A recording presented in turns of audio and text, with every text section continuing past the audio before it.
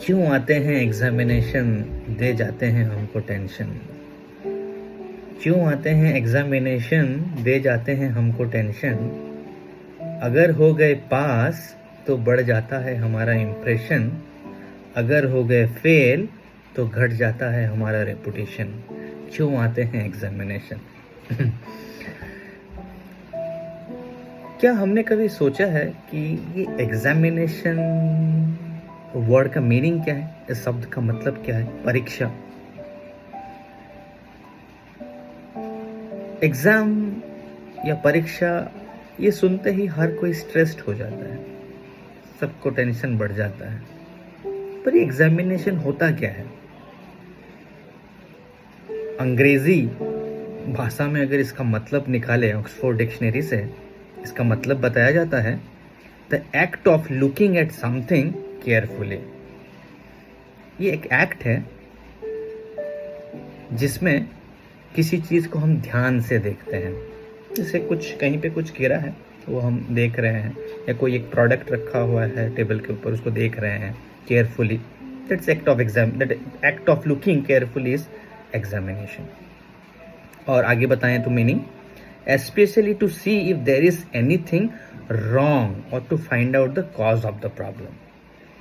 तो एग्जामिनेशन में क्या होता है, देख तो रहे हैं केयरफुली, पर क्यों देख रहे हैं? Just to find out is there anything wrong, और अगर उसमें कुछ गलती है, कुछ प्रॉब्लम है, तो उस प्रॉब्लम का कारण क्या है। ये है ऑक्सफोर्ड डिक्शनरी के हिसाब से मतलब एग्जामिनेशन का, परीक्षा का। तो केयरफुली कोई एक देख रहा है, और क्या देखना चाह रहा है? क्या कुछ प्रॉब्लम है? अगर प्रॉब्लम है तो उसका कारण क्या है? तो एक चीज तो तय है कि ये स्टूडेंट नहीं है जो देख रहा है, ये कोई और है जो देखना चाह रहा है, केयरफुली देखना चाह रहा है, ध्यान देना चाहता है कि क्या कुछ प्रॉब्लम है जो पढ़ा गया, वो ठीक से किसी ने, जो स्टूडेंट है उसने समझा है या नहीं समझा है। एक लेक्चर हुआ, उसमें कुछ कंसेप्ट्स बताए गए, अब उसका एग्जाम, मतलब एग्जाम कौन ले रहा है? टीचर ले रहा है। किसका ले रहा है? स्टूडेंट का ले रहा है। टीचर का क्या रोल है? टू चेक केयरफुली कि स्टूडेंट ने वो कंसेप्ट को समझा या नहीं समझा।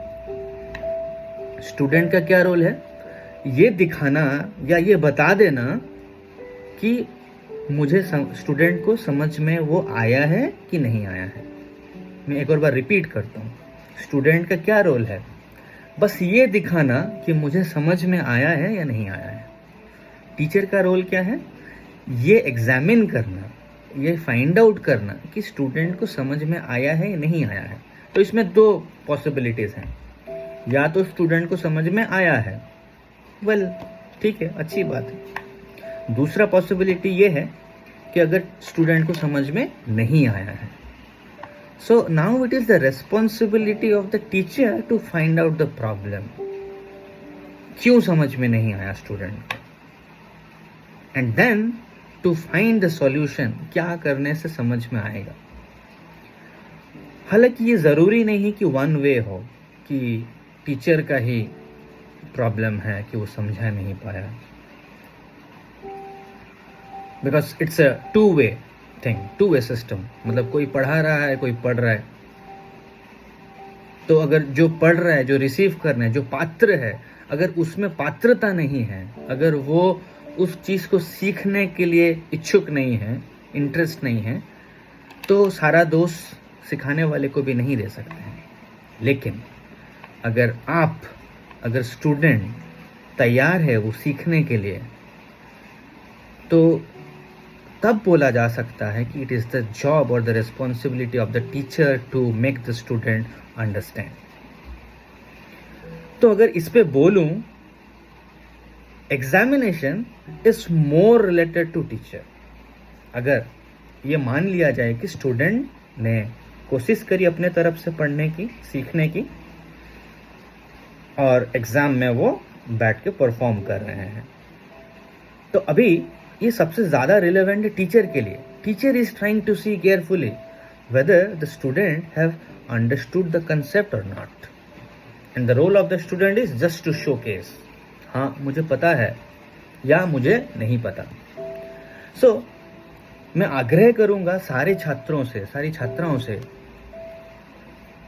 जब भी परीक्षा या एग्जामिनेशन का नाम सुने, we should not get stressed. हमें एग्जामिनेशन में बस एक ही काम है, यही कि अगर हमें आता है वाइट पेपर पे, आंसर स्क्रिप्ट पे ये बता देना कि हाँ हमें आता है. कोई अगर प्रॉब्लम दिया है, कोई क्वेश्चन दिया है, उस पे रिस्पॉन्ड कर देना. अगर नहीं आता है तो नहीं कर पाएंगे, ठीक है, फेल हो जाएंगे, पर ये एक माध्यम है.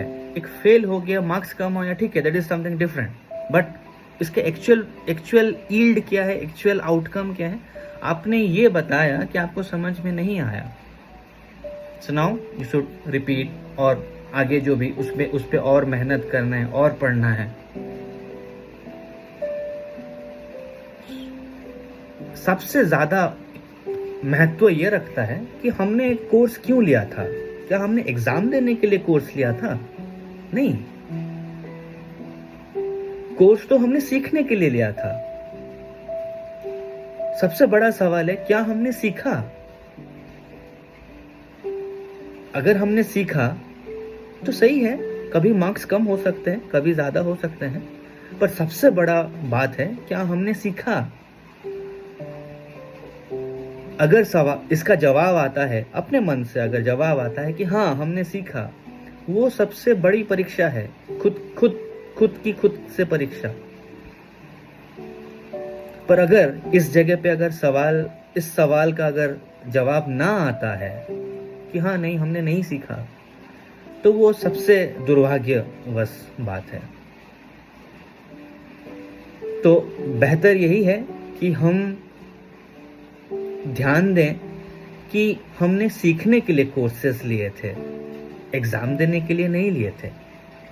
तो हम सीखने पे ध्यान दें, क्वेश्चंस पे, आंसर्स पे, वो बात का बात है. पहले चरण में प्रथम हमें यही ध्यान देना चाहिए कि क्या हमें जो पढ़ाया गया, लेक्चर्स में जो बताया गया, क्या हमने वो सीखने की कोशिश की, क्या हमने उसको अंदर ढालने की कोशिश की. अगर जवाब हाँ है तो वो सबसे अच्छी बात है. किसी भी तरह का सवाल आएगा एग्जामिनेशन में, परीक्षा में, आप सब लोग उसको अच्छे से निभा पाएंगे, जवाब दे पाएंगे. तो मेरा ये आग्रह रहेगा आप सबसे,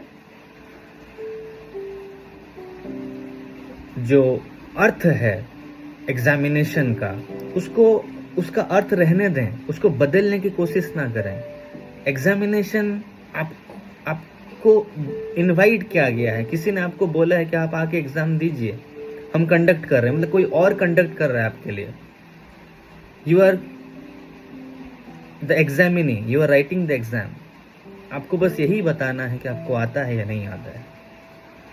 स्ट्रेस से कभी भी कोई अच्छा, आज तक कहीं भी किसी के साथ कुछ अच्छा नहीं हुआ है. तो वो एग्जाम कोई भी हो, कोई इजी सब्जेक्ट का हो, कोई डिफिकल्ट सब्जेक्ट का हो, सबको समानता से ट्रीट कीजिए. स्ट्रेस से कुछ अच्छा नहीं होता है. अगर कुछ अच्छा होने वाला ही होगा, अगर स्ट्रेस है तो वो बिगड़ जाएगा. इसलिए मैं सबसे बोलना चाहूँगा, जो पढ़ाया गया, जो कंसेप्ट टीचर्स ने आपके साथ साझा किया, उस पे ध्यान दें, उसके गुण तत्वों को जानने का ध्यान दें, ना कि एग्जाम में कितने मार्क्स आएंगे, क्वेश्चन कौन से होंगे. ये सारे प्रेडिक्शन से कुछ नहीं चलता है. प्रेडिक्शन से कुछ नहीं होगा, जरूरी नहीं, हम क्वेश्चन भी प्रेडिक्ट नहीं कर सकते हैं.